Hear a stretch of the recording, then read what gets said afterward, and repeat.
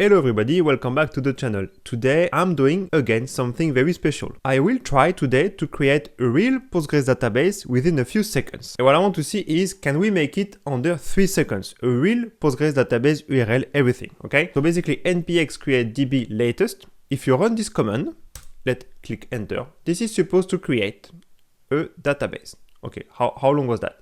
I think it's like 3 seconds. We have the Postgres database URL and everything. What we're gonna do, okay, what we're gonna do is we're gonna do it again and we're gonna time it. Okay, so now we're gonna see exactly how long it takes. Okay, let's do it again.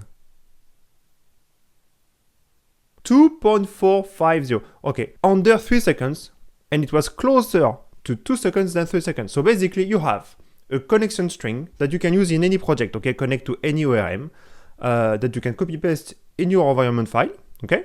And you can also, this is very important. So basically this connection string is going to be automatically deleted after 24 hours. It is actually a very good point because you can try for free a new project using a real database and everything. And if you don't want to do anything with it anymore, it's going to be deleted anyway after 24 hours. But what if you want to keep it, okay, and work with it for longer, okay? So what you're going to do is you're going to claim that database for free.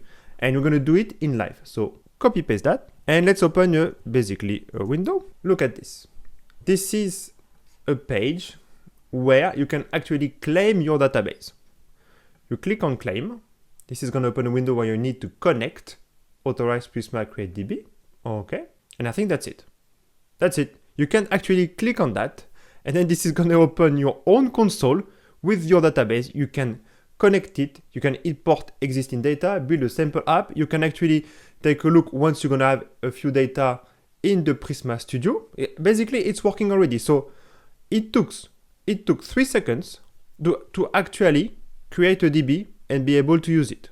And something actually very interesting is that you can actually specify regions, okay? Because I think it was US East 3. I think by default this is something like that. But what if, for example, I live in France, okay? So I would not choose that region that is that far, okay? I would choose something in Europe. So what you're gonna do is basically you can specify the region, like for example for me Europe, okay?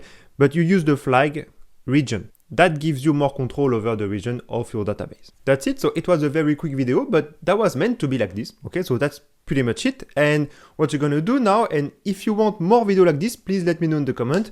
Don't forget to follow us on Twitter, on LinkedIn. We are very active. And you can also join our Discord channel. Please don't forget to subscribe. If you like this video, let me know, of course, what kind of video you want me to make in the future. And if we don't see each other until then, have a beautiful Christmas time and see you soon.